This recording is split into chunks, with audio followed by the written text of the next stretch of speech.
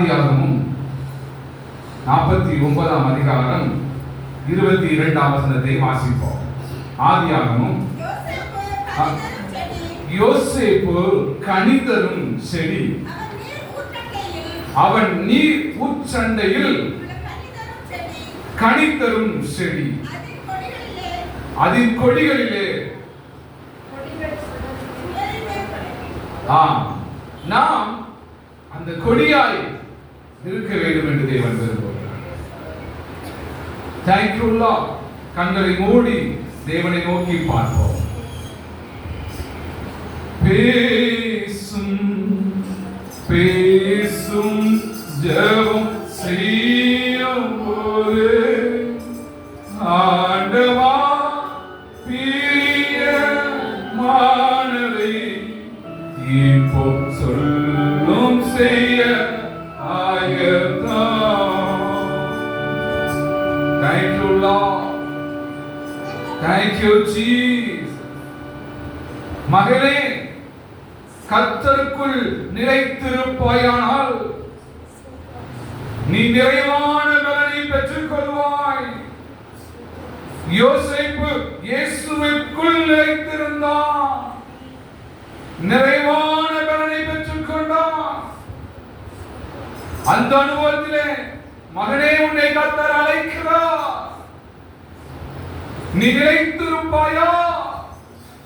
இயேசுவுக்குள் நிலைத்திருக்கும் பொழுது உன் வாழ்க்கையை கனிவுள்ள வாழ்க்கையாய் மாற்றுவேன் என்று தேவன் சொல்லுகிறார்.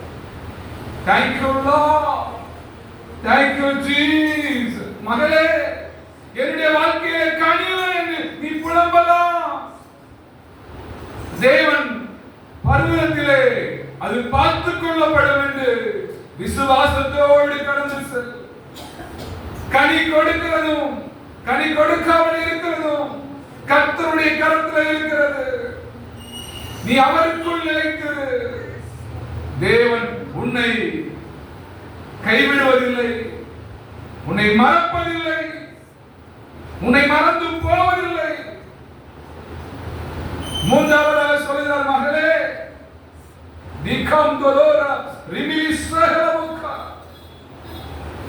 துன்மார்க்கரின் ஆலோசனை நடவாமலும் பாவியின் வழியில் இல்லாமலும் நீர்க்காலில் ஓரமாய் நடப்பட்டு தன் காலத்தில் தன் கனியை தந்து இளையராதிருக்கிற மரத்தை போல உன்னை மாற்ற வேண்டுமானா நீ இயேசுவுக்குள்ள நிலைத்திருப்பாயா? அவருடைய வார்த்தைக்கு கீழ்ப்படிவாயா? அதற்கு செவி கொடுப்பாயா? உன்னை நிலை நிமிர்ந்து இருக்க, உன்னை உயர்த்தி ஆசீர்வதிக்க இயேசு உண்மை உள்ளவராய் நீர் அப்படியே செய்யும் ஆண்டவர், நீர் அப்படியே நடத்தும் ஆண்டவர். எங்களிலே வல்லமை பலன் வந்துமே உடைய வார்த்தையின்படி எங்களை உயிர்ப்பி என்னை நடத்தும். ஒவ்வொரு இதய கதவுகளை திறந்து நடத்தும்படியாக இயேசு கிறிஸ்துவின் மூலமாய் கேட்கிறேன் ஜீவனுள்ள நல்ல பிதாவே, ஆமென்.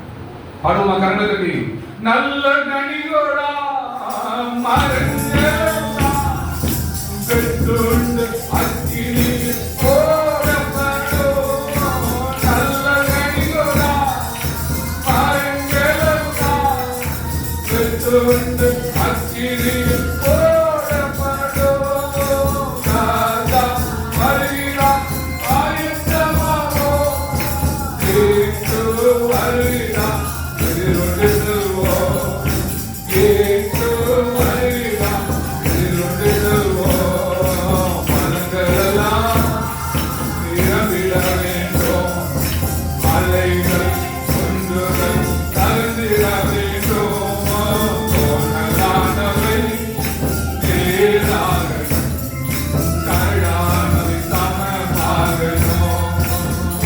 பொறுமையை பிரித்து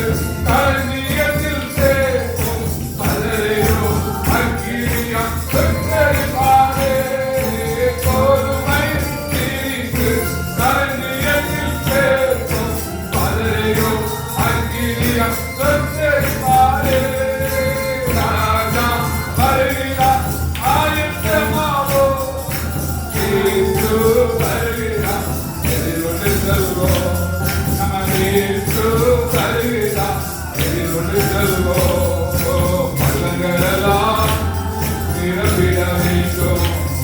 மலைகள் கொண்டுகள் அருந்திட வேண்டும்.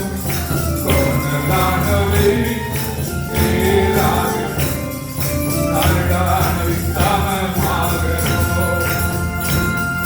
அல்லேலூயா. உங்கள் வாழ்க்கையில இருக்கிற எல்லா கரடு முரடுகளையும் தேவன் சரிப்படுத்த உண்மை உள்ளவராக இருக்கிறார். இந்த வேத வசனத்தின்படி யோசேப்பை பற்றி உங்களுக்கு தெரியும்.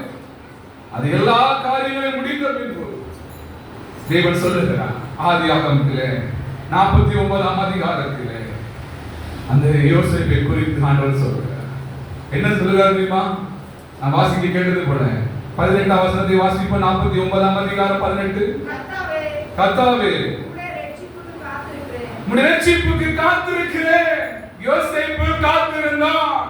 முதலாவதாக சொல்லுகிறேன், கர்த்தாவே நீ இரக்கம் செய்யும் வரைக்கும் நான் காத்திருப்பேன். தரிசனம் கொடுக்கப்பட்டு விட்டது, வார்த்தை கிடைத்து விட்டது, செயலில் இல்லை. செயலோ வேதனை. நடக்கிற காரியமோ சாவுக்கு எதுவான காரியம். நடந்து கொண்டிருக்கிற காரியமோ சிறைச்சாலை. ஆனால் தேவன் சொல்லுகிறார், அவன் என்ன செய்தான்? காத்திருந்தான். கர்த்தாவே உம்முடைய ரட்சிப்புக்கு காத்திருக்கிறேன். மகனே மகளே, இன்னும் காத்திருப்போம், இன்னும் காத்திருப்போம். சோர்ந்து போகாதீர்கள், மனம் கலங்காதீர்கள். கோதுமையை பிரிப்பார், களஞ்சியத்தில் உங்களை சேர்த்து கொண்டிருக்கிறார். எத்தனை பேருக்கோ கிடைக்கல, உங்களுக்கும் எனக்கு இந்த வாக்கியத்தையும் சாக்கியத்தை எடுத்திருக்கிறார். தேவன் தந்திருக்கிறார், பிரித்து எடுத்திருக்கிறார். அந்த இயேசு ரட்சிப்பின் களஞ்சியத்துக்குள்ள, பரலோகத்தின் ரட்சிப்புக்குள்ள, பரலோகத்தின் அபிஷேகத்துக்குள்ள நம்மை கொண்டு செல்வதற்காக. அதுதான் என்னது? பரலோகம் என்னும் களஞ்சியம், பரலோகம் என்னும் வாசல். அநேகர் அதற்குள் பிரவேசித்திருக்கிறார். நீங்கள் நான் என்ன செய்ய வேண்டும்? பிரவேசிக்க தான் தேவன் என்ன செய்கிறார்? கோதுமையை பிரிக்கிறார். யோசேப்பை பிரித்தார், யோசேப்பை வேறுபிரித்தார், கண்டெடுத்தார், பயன்படுத்தினார். அதுதான் தேவன் சொல்லுகிறார். 22ஆம் வசனம் சொல்லுகிறது, வாசிப்போமா? யோசேப்பு கனி தரும் செடி, அவன் நீரூற்றண்டையில் உள்ள கனி தரும் செடி, அதன் கொடிகள், அதன் கொடிகள். நாம் யாரு? நாம் படர வேண்டும், படர வேண்டும். அவர் கொடியா, அவர் செடியா இருக்கிறாரு. இயேசு உங்களுக்கு எனக்கும் அவர் செடியா இருக்கிறாரு. நீங்கள் என்ன செய்ய வேண்டும்? கொடியாய் படர வேண்டும். எங்கே போக வேண்டுமோ அங்கே போக வேண்டும், எங்கே போகக்கூடாது அங்கே போகக்கூடாது. மீறி போனால் என்ன செய்வாங்க? என்ன சொல்லுவாங்க? கலை பிடிக்கப்படும், வெட்டப்படும். இதையெல்லாம் இயேசு உங்களுடைய வாழ்க்கையிலும் என்னுடைய வாழ்க்கையிலும் செய்ய ஆயத்தமாக இருக்கிறார். சாத்தான் வருவான். எப்படி வருவான்? கலை விதைக்க சாத்தான் என்ன செய்வான்? வருவானா வர மாட்டானா? யோசேப்பு வந்தானா வரலையா? அந்த கலையை எழுதினான். யோசேப்பு ஜெயமாய் எடுத்துக்கொண்டான். நான் சிறைச்சாலைக்கு போனாலும் பரவாயில்லை, அந்த கலைக்குள்ள நான் செய்ய மாட்டேன், அந்த பாவத்துக்கு நான் என்ன செய்ய மாட்டேன், விழமாட்டேன் என்று வைராக்கியமாய் நீண்டான். தேவன் கோதுமையை பிரித்தார், அவனை களஞ்சியத்தில் சேர்த்தார். அவனை குறித்து சொல்லுகிறார், அவன் செடியப்பா. யோசேப்பு ஒரு செடியப்பா. அவன் நீருட்டுகிற ஊற்றங்களில் உள்ள மரம்பா. எதுக்கு சொல்ற நீருட்டுகிற மரம் சொல்றாரு? அவன் சொல்லுகிறான் படி சொல்லுவோமா? நான் சொல்லுறேன் பாருங்க. அவன் சொல்லுகிற எனக்கு ஞாபகப்படுத்துகிறார். அவனை கொண்டு அவனை வார்த்தைக்கு செவி கொடுத்ததினால அந்த தேசம் முழுவதும் பாதுகாக்கப்பட்டது. உண்மையா இல்லையா? அந்த தேசம் முழுவதும் பக்கத்தில் இருந்து தேவன் பாதுகாத்தார். நீரும் சண்டை உள்ளது. அவன் செடி, அவன் ஒரு நீரும் சண்டை உள்ள மகனாக மாறினான். உன்னையும் மாற்ற விரும்புகிறார், உன்னையும் உருவாக்க விரும்புகிறார். அதற்கு நீங்கள் நான் என்ன செய்ய வேண்டும்? ஒப்பு கொடுக்க வேண்டும். அவனை மாற்றினாரா மாற்றலையா? எல்லாரும் பரியாசம் பண்ணாங்க. அவன் சகோதரன் எல்லாரும் வந்தாங்க. யார்கிட்ட கேட்டாங்க? உன்கிட்டதான் என்னப்பா இருக்கு? நீருட்டு இருக்குப்பா. நீதான் எனக்கு அப்பம் தர முடியும்பா. நீதான் என்ன பசி ஆத்த முடியும்பா. நீ வந்தாங்க யோசேப்பை தேடி வந்தாங்க, வரலையா? யோசேப்பு வாழ்வு கொடுத்தானா, கொடுக்கலையா? உங்களுக்கும் எனக்கும் வாழ்வு கொடுக்க இயேசு இருக்கிறார். உங்களையும் என்னையும் வாழ வைக்க அவர் இருக்கிறார். கைவிட மாட்டேன் என்று சொல்லுகிறார். விட்டு விலக மாட்டேன் என்று சொல்லுகிறார். அதே யோசேப்பை குறித்து தான் எங்க சொல்லப்படுகிறது? யோவானில் 15ஆம் அதிகாரத்தில் நாம் வாசிக்கலாம். 1ஆம் வசனத்தில் வாசிக்கலாம். நான் மெய்யான திராட்சை செடி, என் பிதா திராட்சை தோட்டக்காரர்.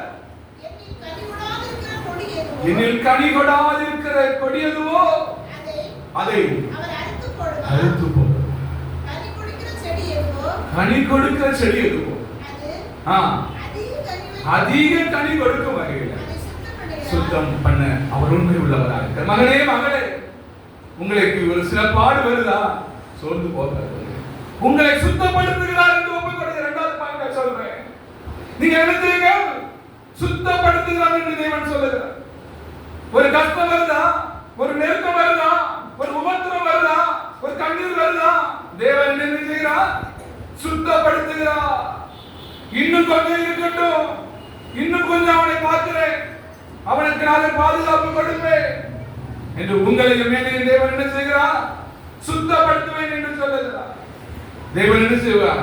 ஒருவரையும் கைவிட மாட்டேன் என்று சொல்லுகிறார்.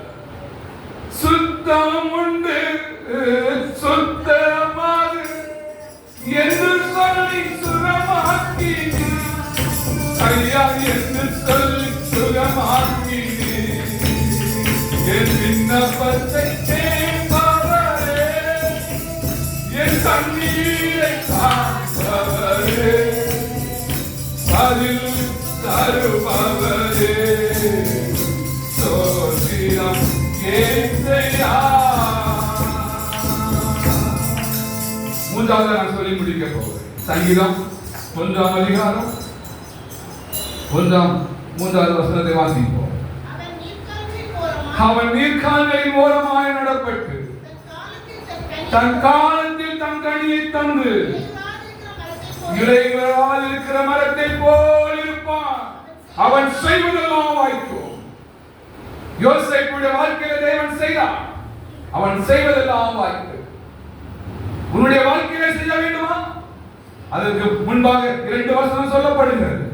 துன்மார்க்கருடைய ஆலோசனை நடவாமலும், பாவி வழியில் இல்லாமலும், பரியாசக்காரர் உட்காரும் இடத்தில் உட்காராமலும், கர்த்தருடைய வேதத்திலே இரவும் பகலும் தியானமாயிருக்கிற மனுஷன் பாக்கியவான்.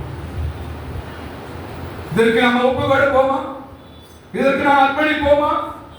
தேவன் புதிய மாதத்திலே புதிதான வழிவாசலை திறப்பேன் என்று சொல்லுகிறார்.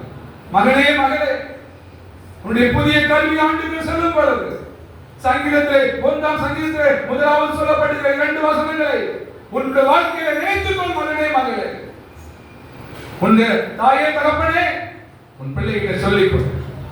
தேவன் இதற்கு கீழ்ப்படிந்து நடக்கும் பொழுது உன்னுடைய பிள்ளைடைய வாழ்க்கையில இளையால் உதிராது இருக்கிற மரத்தை போல மாற்றுவேன் என்று சொல்லுகிறார்.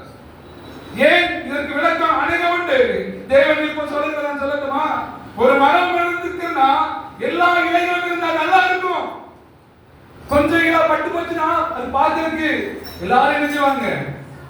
எப்படி இருக்கும்? உன் வாழ்க்கையில இலை உரை உதிராத மரத்தை போல இருக்க வேண்டும் என்று தேவன் விரும்புகிறார். நீ தேவனுக்கு பிரியமில்லாத காரியத்தை செய்தால் உன்னுடைய வாழ்க்கையில நீ கனி கொடுக்க முடியும், ஆனா எல்லா கனியும் கொடுக்க முடியாது. எல்லா இலையும் உனக்கு இருக்காது. சில இலைகள் உதிர்ந்து போகும். அதுக்கு நீதான் காரணம். அதுக்கு நம்முடைய வழிதான் ஆயத்தமாக இருக்கிறது. நம்முடைய வழி எப்படி இருக்கிறது கர்த்தர் பார்ப்பார். அதை பார்த்துதான் உங்கள் வழியை ஆயத்தப்படுத்துவேன் என்று தேவன் சொல்கிறார். மகனே மகளே, ஒப்புக்கொள், அர்ப்பணி. தேவன் பரிதான காரியத்தை செய்வேன் என்று சொல்லுகிறார். ஓ லார்ட் ஜீசஸ், நன்றி நன்றி ஆண்டவரே, அப்படியே செய்கிறாங்க. என்னால ஒன்றுமே இல்லை ஆண்டவரே. ஆண்டவரே, நீ கொடுத்த வார்த்தையின்படி, நீ கொடுத்த ஆலோசனையின்படி அடியே சொல்லியிருக்கிறேன் ஆண்டவரே. நீரை நடத்தும், நீரை பொறுப்படுத்திக் கொள்ளும். இயேசு கிறிஸ்துவின் மூலமாய் கேட்கிறேன் ஜீவனுள்ள நல்ல பிதாவே, ஆமென். நாம் எழுந்து பாடுவோமா? ஜெபிப்போமா? Thank you Lord Jesus. நன்றி ஆண்டவரே, நன்றி ஆண்டவரே. இனி ஜீவிப்பது நான்